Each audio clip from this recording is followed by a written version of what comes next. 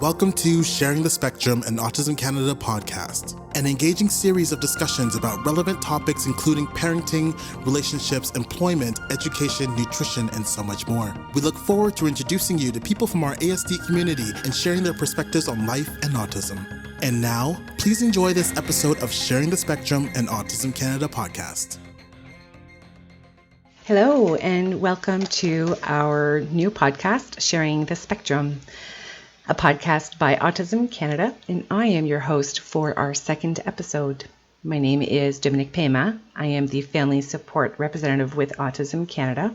I'm very excited to be here with you today and to share a little bit about our organization, my role with the company, and some insight about certain topics that our families would typically call or email us about. Now, Autism Canada is an impressive organization, and I'm not just saying that because I work for them, but it's because I wholeheartedly believe in what we do and what we represent.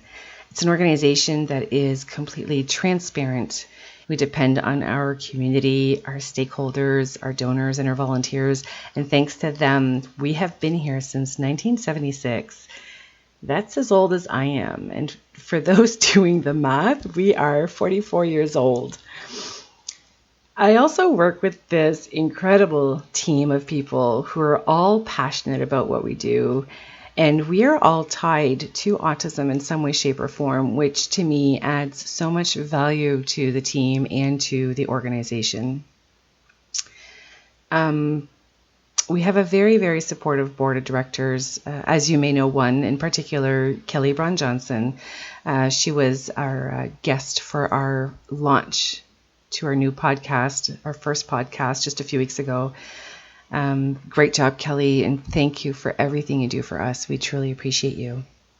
Finally, there's one last team of people that I'd like to acknowledge in this podcast, and we call them our Autism Ambassadors.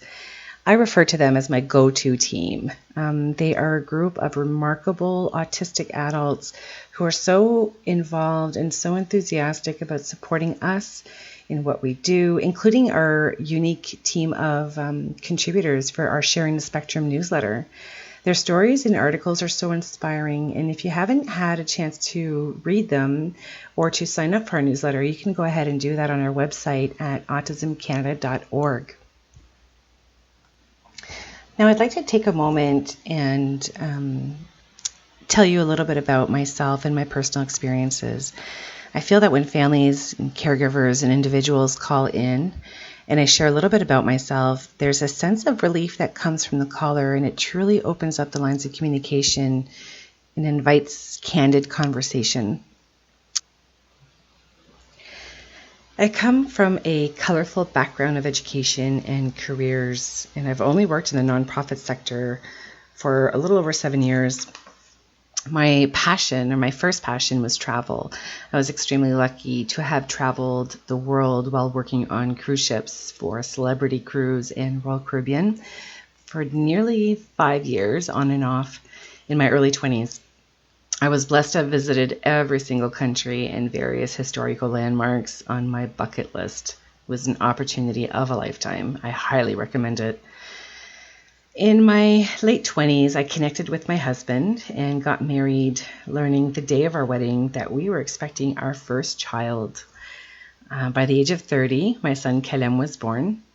My husband and I had fulfilling careers. He worked as a manager in a distribution center, and I worked as a regional recruiting director for an American company. My corporate office was my home away from home for the longest time, and it was in beautiful Denver, Colorado, where I spent many late nights taking long walks near Pikes Peak and breathing the fresh mountain air. Life was good.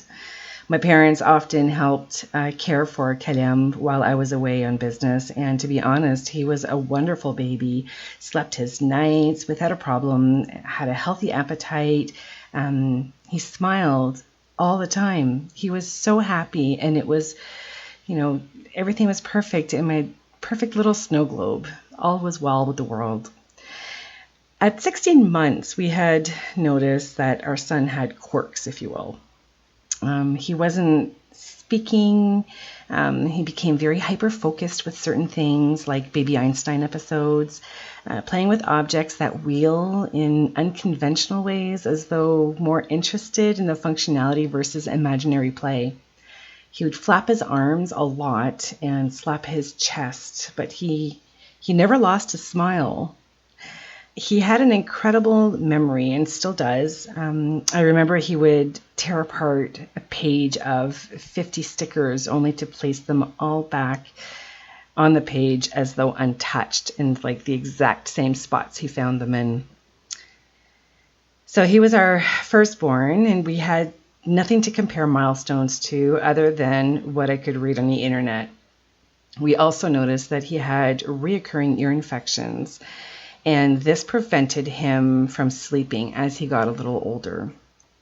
So my husband and I have decided to have Kalem assessed by a specialist, an ears, nose, and throat specialist. And sure enough, he was diagnosed with reoccurring chronic ear infections, and he is now on drops for life, sadly.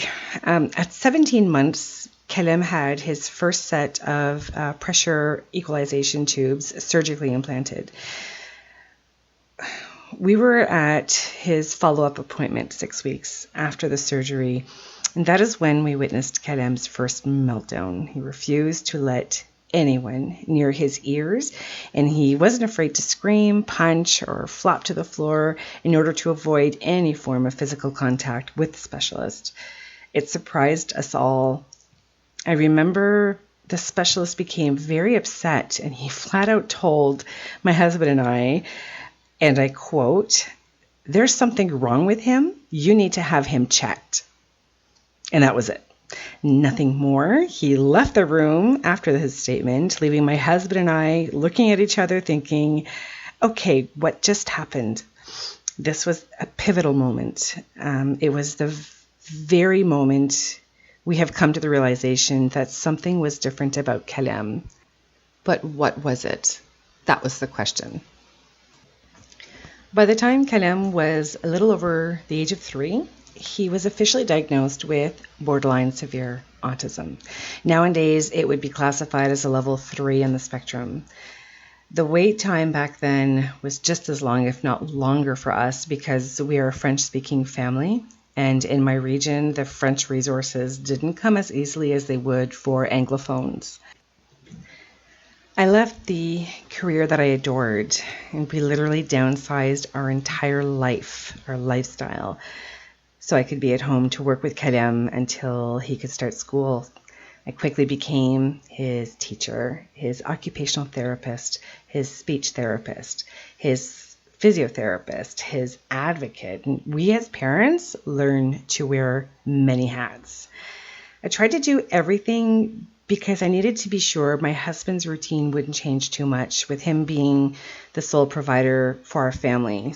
So I took online courses in autism behavioral science, I took ABA, I took IBI, registered behavioral therapy, everything and anything to help my son while we waited for services, waited for support. It feels like that's all we did was wait.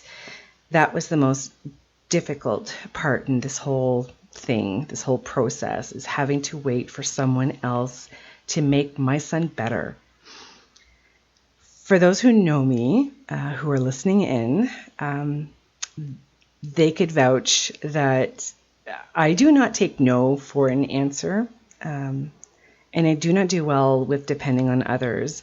My mother would often tell me that I am dedicated, quote unquote, or air quotes, if you will, when what she probably really wants to tell me is that I'm stubborn. But being stubborn was exactly how I needed to be. So now 3 years have gone by and things were good. Corey, my husband, and I decided that we wanted to become foster parents for a special needs child since this was really all we knew. We were well equipped, well versed in autism, and Kalem was in a very good place. We were ready. Now, I have a condition, and becoming pregnant a second time was not in the cards for me. So fostering with the option to adopt was something Corey and I really wanted to do.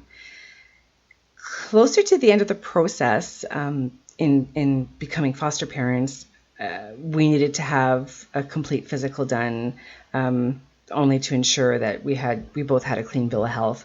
And that's when we learned that we were a few weeks pregnant. So that put an end to the fostering process. For now, it's still something that we would love to do in the future. So Samuel, or Sammy, weighing in at 9 pounds, 11 ounces, was a very healthy baby boy. Another miracle for us. Our caseworker from Developmental Services, who is still our caseworker today, and I count my lucky stars. Micheline, if you're listening, you are absolutely amazing, and we love you so much. Micheline worked closely with Kalem, and she would keep an eye on Sammy while visiting with Kalem. The signs with Sammy were so different than the ones Kalem displayed. Sammy ended up being diagnosed with ASD and severe ADHD by the age of 2.5. So I'm going to skip a few years, and proud to say that Kalem, who is now 14, and Samuel, who is 7, are both doing extremely well. They're very smart, and they're very talented, and they're very happy. They're happy little boys. And after all of this, we are still smiling. We are still laughing, and we love each other all so much. Life is not just good. Life right now for us is perfect. So to the parents listening in, I get it. I hear you. I can relate on so many levels, and I want you to feel comfortable reaching out to Autism Canada and reaching out to me for help, for resources, and for support. Moving along to why I'm here today, let's talk about autism. Chances are you're also tied to autism in some way. You either know someone with a child on the spectrum, you could be on the spectrum, or suspect you or someone you love could be on the spectrum. So you're probably a little, if not very familiar with our next topic. However, I'd like to be inclusive and share with those who may not be as knowledgeable and are here to learn a little bit more about autism. So what is autism? Autism spectrum disorder, or ASD, or just autism, is a neurodevelopmental disorder that impacts brain development, causing most individuals to experience communication problems, difficulty with social interaction, a tendency to repeat specific patterns of behavior. Autism is typically accompanied by co-occurring medical conditions such as epilepsy, sleep disorder, immune dysregulation, and some mental health issues such as anxiety and depression. Other co-occurring conditions found in those with autism can range from seizures, reflux, asthma, eczema, allergies, ear infections, respiratory infections, and food intolerances. This is where things can become a little more difficult. There may be communication barriers or challenging behaviors preventing an obvious observation of a symptom. Or perhaps the child doesn't know where the pain originates from. It then becomes even more important for the practitioner to be able to recognize some of the behaviors indicating an underlying co-occurring condition. Now, the list for behaviors underlying co-occurring conditions is quite vast. You can refer back to our website at autismcanada.org, early signs, to get a more detailed description. I'm going to go over the ones that are most common and the ones that typically raise a red flag for families and prompts them to contact us. Some of which are, sudden change in behavior, aggression, covering the ears. You'll see, they're having an issue with, you think it's their hearing, but really what it is, it's sensory processing. They're struggling with processing everything that's around, and the sounds are heightened. The loss of acquired skills, teeth grinding, walking on their tippy toes. That's one of the most common ones. Tantrums or oppositional behavior, rocking, pacing back and forth, and even flapping to auto-regulate themselves. These are all behaviors of what could potentially be a co-occurring condition. Now, the term spectrum refers to a continuum of severity or developmental impairment. Children and adults with ASD usually have particular characteristics in common, but the conditions cover a wide spectrum with individual differences in the number and particular kinds of symptoms, the severity, whether it's mild to severe, age of onset, levels of functioning, challenges with social interaction. At one time when my oldest was diagnosed, the types of autism were categorized and more specific diagnoses were made by professionals, such as Asperger's syndrome, Rett syndrome, childhood disintegrative disorder, so CDD, Connor syndrome, which is the classic ASD, and pervasive developmental disorder not otherwise specified, so PDD-NOS, which was a very common diagnosis when specialists couldn't pinpoint an exact diagnosis and simply classified it as a mild global delay. Now, a diagnosis is categorized by levels of support, so level 1, 2, and 3, 3 being on the higher needs end of the spectrum. The idea of breaking down autism into 3 distinct levels is relatively new. While the levels categorize people with autism by how much support they need, there aren't any guidelines of what that's supposed to look like. Many families will call in and state that they feel that they are recognizing autistic traits in their child. And they're scared and they're worried and they want the list of what those traits are. There are, again, so many, and you could find the full list on our website. However, we encourage you to wait until your child is at least between the ages of 18 to 24 months. Don't worry, before then too much, only because every child is different. Their milestones may vary in age, and it's really time for you to enjoy the moment and not stress so much about whether or not my child is at the same level as my neighbor's child who's the same age. They are all different. The milestones that you will find in Google, wherever you choose to find your resources, you need to kind of set that aside because every child is different. So please don't panic just yet. Enjoy your time with your baby.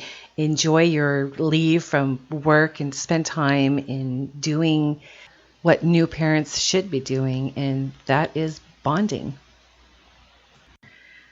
When it comes to adults, the symptoms of autism in adults can differ from those in children, and many adults have learned to live with their symptoms over the years.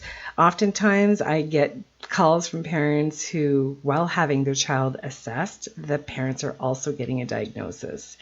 Once an adult gets a diagnosis and they walk me through their process and looking for resources to move forward, I often hear this all makes sense to me now. I grew up thinking I was different, but this all makes sense. And my heart goes out to you. My heart goes out to you. I can't express that enough. Kudos. Kudos for being strong. Kudos for being unique and being okay with it. And I'm happy that you got a diagnosis and that it answers so many questions that you may have had banked in the back of your mind for years and years and years. What do autistic adults struggle with? Well, there's mental health problems such as anxiety, depression, and obsessive compulsions. There's motor difficulties, including major motor skills such as standing upright, or fine motor skills such as holding a pencil between their fingers and thumb, sensory problems such as hearing and sound sensitivity, visual disturbances. But here is where it gets really interesting. And I'm sure that some of you have heard the expression, I think in Google Images. I believe that came from Temple Grandin, who I think is phenomenal. She is my hero. I've read every single book. She's phenomenal. And she once said, I think in pictures, or I think in Google Images, somewhere along those lines. People with autism are details before the concept thinkers, while non-autistic people are concept before the details thinkers. What this means is that the autistic mind approaches their environment a bottom-up approach, while the non-autistic mind utilizes top-down thinking, drawing on prior learning and memories. I truly feel like I had to share that. It's a remarkable way of thinking. When it comes to assessments, we always want to suggest the place to start with is your family doctor. She or he would refer your child to either a psychiatrist or a clinical psychologist for an autism assessment. The same applies if you're an adult. A nurse practitioner can also make a referral. This is the only way for an assessment to be covered under your provincial health plan. A psychologist working in a hospital setting is usually covered under this plan. If you decide that you want to go privately to have an assessment completed by a specialist, it's often a shorter wait time, but the fees can be around $2,000 to $3,000. I've even heard of a cost being as high as $5,000 out in BC. You will need to do your research in clinical psychologists in your region, or you can contact us at Autism Canada and we will help you with your search. You would also need to ask about their fees. Some may have a sliding scale if finances are an issue. If your family has insurance benefits, the assessment's cost may be covered. Another important step in the process, once you've established an assessment or a diagnosis, a caseworker with Developmental Services, this person will be the family's support through the child's process. Sometimes they do not always keep the case files open based on the needs of the child or the family, but it's always good to have some families or someone these families can reach out to, especially when the time comes for IEPs and IPRCs once they start school. Your child may need to be referred for a caseworker from Developmental Services, but this person will be your go-to when it concerns your child on the spectrum. Same applies for adults on the spectrum. You would want to reach out to Developmental Services as well as, perhaps a local organization in your area who can offer support and advocacy. How do you move forward from something like this? How do you move forward from the diagnosis? Whether it's from a parent's perspective, learning about their child being on the spectrum, or if it's yourself, you're an adult and you received a diagnosis in your late 30s, this happens. But you need to be able to move forward, and there's a process involved, obviously. But the first suggestion I'm going to make in this whole ordeal is please do not become a Google doctor.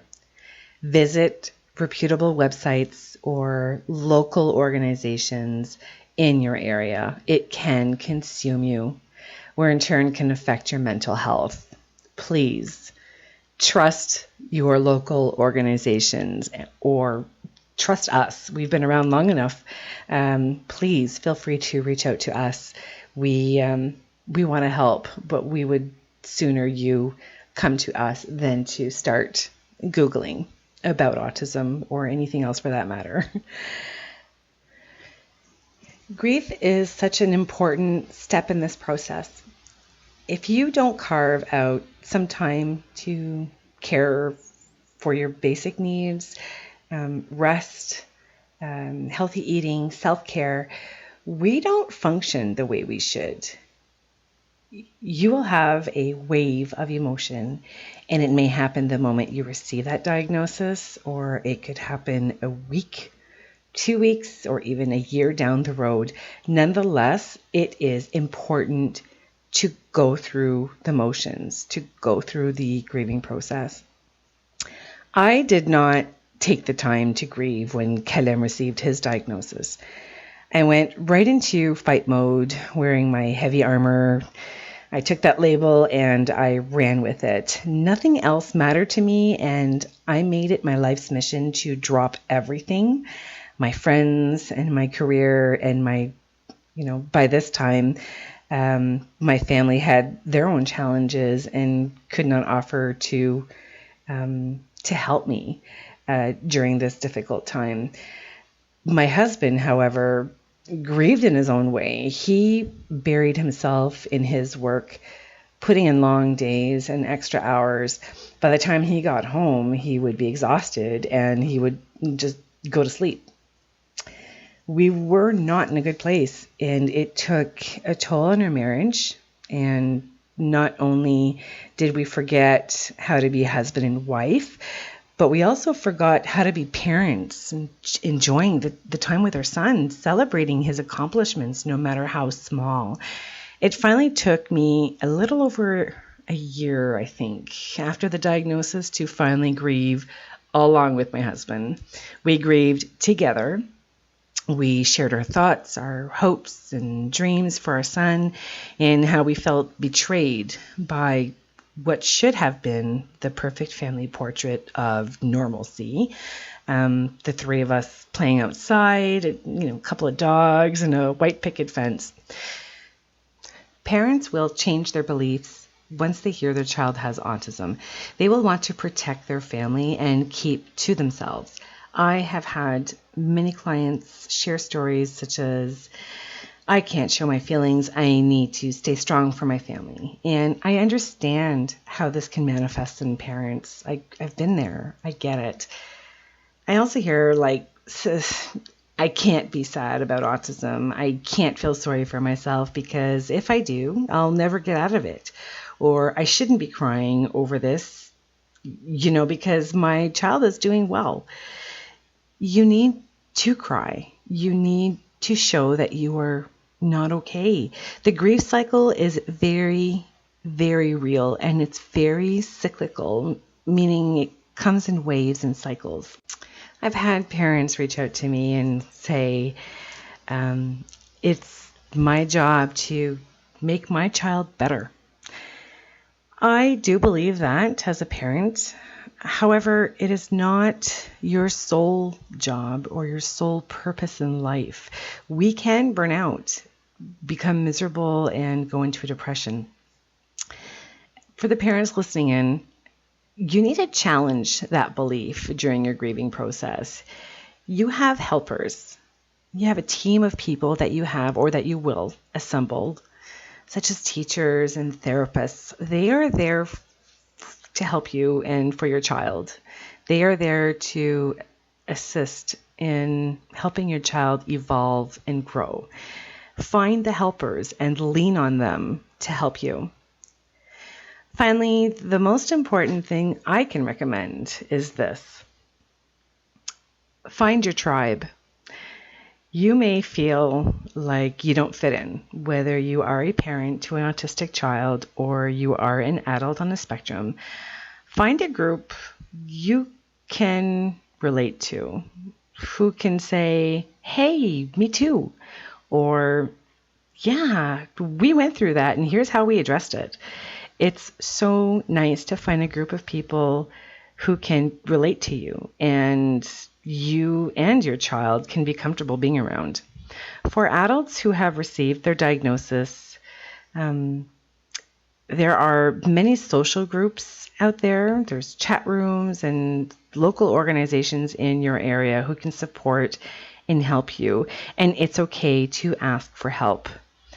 One of those online support groups is ASD Central, for example. It's a social group for autistic adults that share thoughts and feelings talents and resources. You can find this group on our website or directly on our Facebook page, and you can ask to join. Pour nos amis francophones, nous avons Franco-Autisme, un forum pour les adultes autistes qui se trouve sur notre page Facebook d'AutismCanada. So thank you for carving some time out of your day for this podcast, and I hope you enjoy this episode.